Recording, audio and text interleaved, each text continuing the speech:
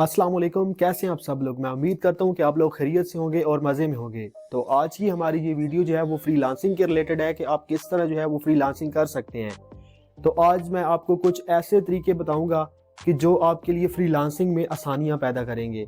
क्योंकि काफ़ी सारे न्यूबीज़ जो होते हैं वो पूछ रहे होते हैं कि भाई फ्रीलांसिंग कैसे करनी है, स्किल कहाँ से सीखनी है, ये सब चीज़ें हमें कहाँ से मिलेंगी, क्या ये कोर्सेज फ्री हैं या पेड हैं। तो आज इन सभी सवालों के जवाब मैं आपको इसी वीडियो में दूंगा। तो आपने ये वीडियो कहीं से भी स्किप नहीं करनी, बल्कि इसको कंप्लीट आपने वॉच करना है।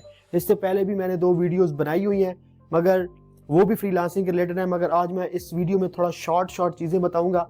अगर आपने वो मेरी वीडियो नहीं देखी तो पहले जाके वो वाली वीडियो भी ज़रूर देखिएगा आप लोग, क्योंकि इसमें मैं थोड़ा सा शॉर्ट चीज़ें आपको बताऊंगा, जबकि उन वीडियोज़ में मैं काफ़ी सारी एक्सप्लेनेशंस की हुई हैं। तो चलिए वीडियो की तरफ, और मैं आपको समझाता हूँ कि किस तरह जो है वो आपने फ्रीलांसिंग सीखनी है 2023 में। इसके कुछ स्टेप्स हैं और वो मैं स्टेप्स आपको स्टेप बाय स्टेप बताऊंगा।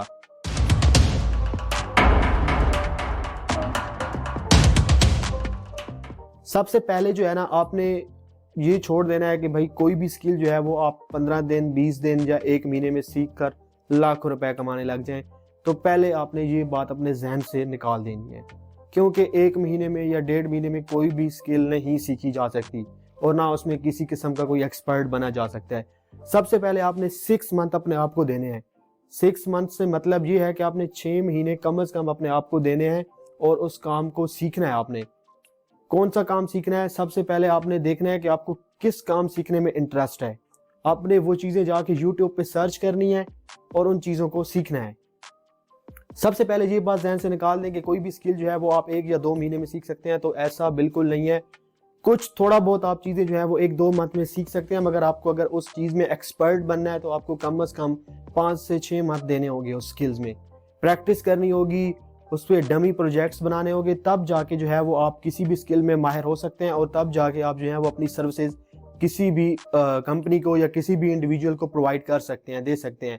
ऐसा नहीं करना कि आपने जो है ना वो स्किल सीख लेनी है कोई थोड़ी बहुत जितनी भी, और आपने जाके सर्विसेज देना शुरू कर देनी है। तो इससे ये होगा कि आपको चीज़ों की समझ नहीं होगी और आपका आगे जाके काम जो है वो बहुत ख़राब हो सकता है।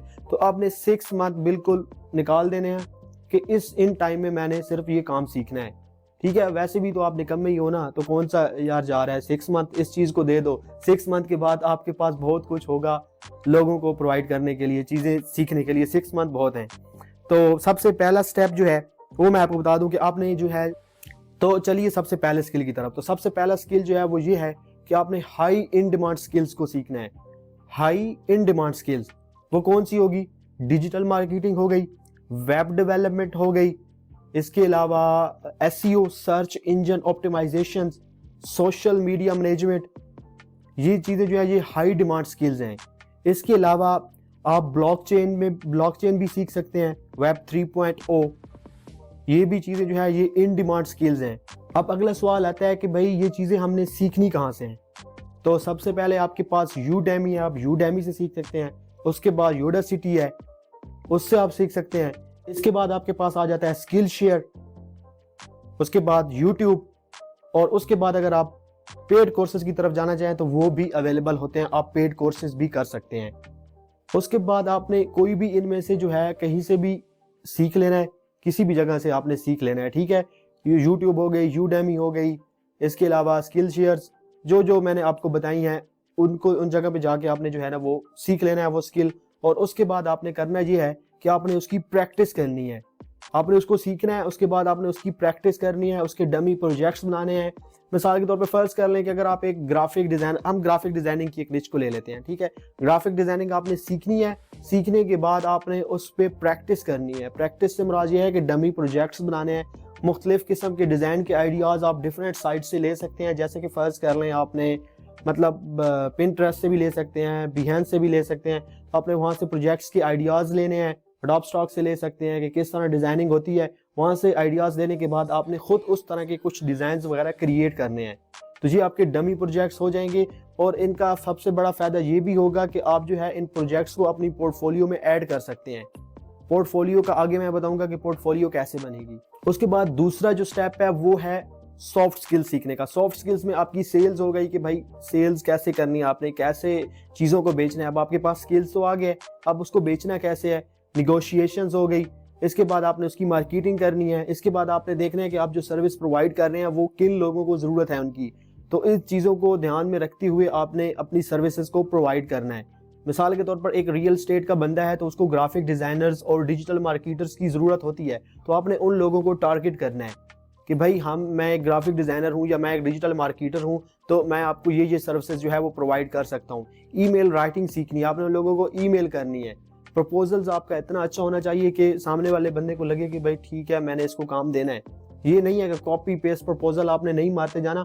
सबसे पहले आपने उस क्लाइंट के बारे में थोड़ी बहुत मालूमात लेनी है। लेने के बाद आपने उसको एक अच्छा सा प्रपोजल लिखना है जिससे उसे लगे कि वाकई ये जो बंदा है इसको मेरे काम में इंटरेस्ट है और इसने मेरी कंपनी के बारे में छानबीन करके ही मुझे ये मेल की है। तो हो सकता है वो आपको मंथली बेसिस पे हायर भी कर ले। उसके बाद वही बात मैंने जैसे कि आपको बताई है कि आपने थर्ड स्टेप जो है वो पोर्टफोलियो बनाना है। पोर्टफोलियो आपका स्ट्रॉन्ग होना चाहिए, अच्छा होना चाहिए। पोर्टफोलियो आप अपना कहाँ पे, मिसाल के तौर पर अगर आप एक ग्राफिक डिजाइनर हैं तो आपने सबसे पहले अपना जो है वो पोर्टफोलियो बनाना है बिहेंस पर, ड्रिबल पर।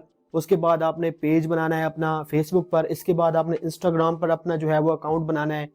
आपने वहाँ पर अपलोडिंग करनी है, जो जो डिज़ाइन आपने बनाए हुए हैं आपने वहाँ पे वो डिज़ाइन जाके अपलोड करने हैं, ताकि क्लाइंट्स जो भी लोग आए तो वो आपका काम देख सके इजीली। क्योंकि जो भी नया क्लाइंट्स आएगा तो भाई वो आप पे क्यों ट्रस्ट करे, वो आपको क्यों काम दे, वो आपको काम सिर्फ आपकी पोर्टफोलियो की बेस पे देगा। तो जितनी पोर्टफोलियो आपकी स्ट्रॉन्ग होगी उतना आपके लिए फ़ायदेमंद होगा।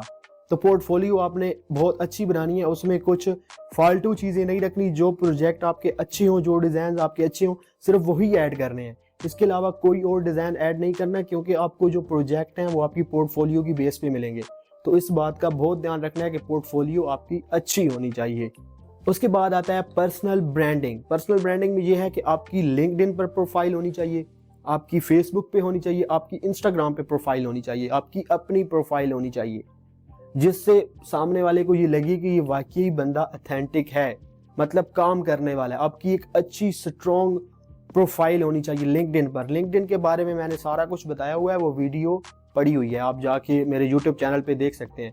तो आपकी अच्छी वीडियो होनी चाहिए, सॉरी वीडियो की बात कर रहा हूँ, ग्राफिक डिज़ाइनर, ग्राफिक डिज़ाइनिंग आपकी अच्छी होनी चाहिए। आपका प्रोफाइल जो है वो अच्छी होनी चाहिए। जितनी प्रोफाइल आपकी अच्छी होगी उतने ज़्यादा चांसेस हैं कि आपको जो है वो प्रोजेक्ट्स मिलें। इसके बाद फिर आपने फ्रीलांस क्लाइंट्स को हंट करना है। किधर से? फाइवर से, अपवर्क से, guru.com से, फ्रीलांसर से, लिंक्डइन से। तो यहाँ पर आपको काफ़ी सारे क्लाइंट्स मिल जाएंगे। यहाँ पर आपने उनको प्रपोजल सेंड करने हैं ताकि वो आपका प्रपोजल देखें और वो आपको जॉब ऑफर करें। तो इन सभी जगहों पे जाके आपने अकाउंट्स बनाने हैं, अपने अच्छे अकाउंट्स बनाने हैं और उनको ऑप्टिमाइज करना है। और यहाँ पर आपने फ्रीलांसिंग क्लाइंट्स हंट करने हैं। ये वो 4-5 प्लेटफॉर्म हैं जहाँ से आप फ्रीलांसिंग के क्लाइंट्स जो है वो हंट कर सकते हैं। इसके बाद जो है क्रिएट अ वैल्यूएबल कंटेंट। आपने अपनी प्रोफाइल्स पर वैल्यूएबल कंटेंट अपलोड करना है। मतलब लिंक्डइन पर हो गया, फेसबुक पर हो गया, इंस्टाग्राम पर होगा। वैल्यूएबल कंटेंट से क्या मतलब है?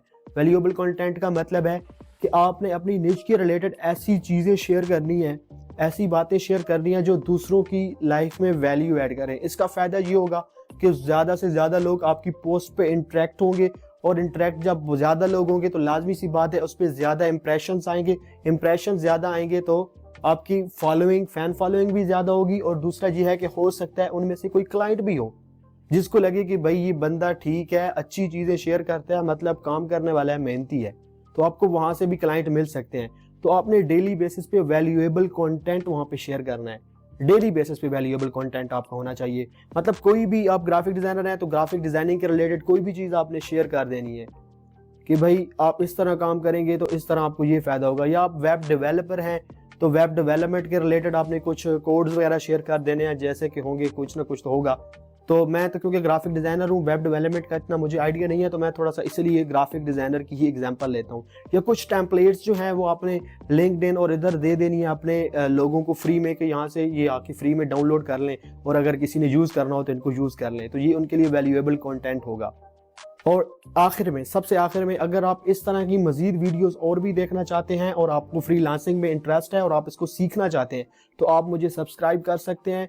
मुझे सब्सक्राइब करने का सबसे बड़ा फ़ायदा ये होगा कि आपको इस तरह का वैल्यूएबल कंटेंट मिलता रहेगा। जैसे मैंने आपको बात की कि वैल्यूएबल कंटेंट आपने देना है, जैसे कि आज की ये वीडियो आपके लिए काफ़ी वैल्यूएबल रही होगी, तो इस तरह की मज़ीद और वीडियोज़ भी मैं बनाऊँगा जो कि आपके काम की होंगी। तो आपने मुझे फॉलो करना है, सब्सक्राइब करना है यूट्यूब चैनल पर। इसके अलावा आप मुझे इंस्टाग्राम पर भी फॉलो कर सकते हैं और टिकटॉक पर भी फॉलो कर सकते हैं। अगर मज़ीद इस वीडियो में आपको किसी चीज़ की समझ नहीं आई तो आप मुझसे इंस्टाग्राम पे पूछ सकते हैं, नहीं तो यहाँ नीचे कमेंट्स कर दें, मैं उसमें ज़रूर रिप्लाई करूँगा। और अगर आपको लगता है कि इस वीडियो में कुछ चीज़ें मिस हो गई हैं जो कि मैं बताना भूल गया हूँ, तो आप वो कमेंट्स कर दें, मैं इंशाल्लाह जो नेक्स्ट वीडियो बनाऊंगा उसमें वो चीज़ें कवर कर दूंगा। तो वीडियो देखने का बहुत बहुत शुक्रिया, बट दोस्तों के साथ ज़रूर शेयर कीजिएगा और उसे लाइक भी कर दीजिए। अल्लाह हाफिज़।